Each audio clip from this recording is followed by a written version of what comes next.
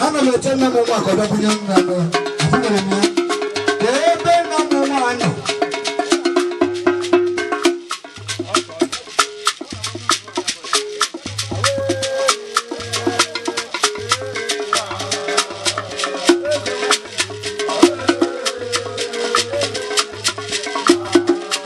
Rosene Ora Rosene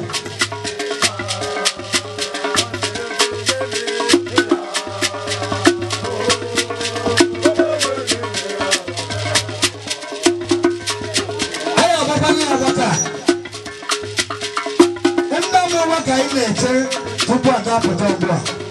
o nwee ike ibunye ada mmanya ka ọ gọta ọjị ya maka na ọgbọ ya abakwanụ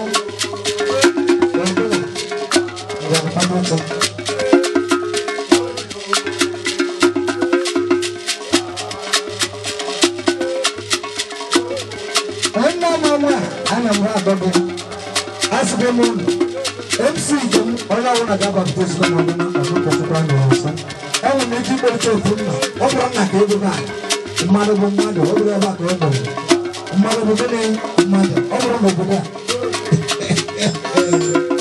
ka a ga-abụzi nnabụ nnabụ nnabụ nna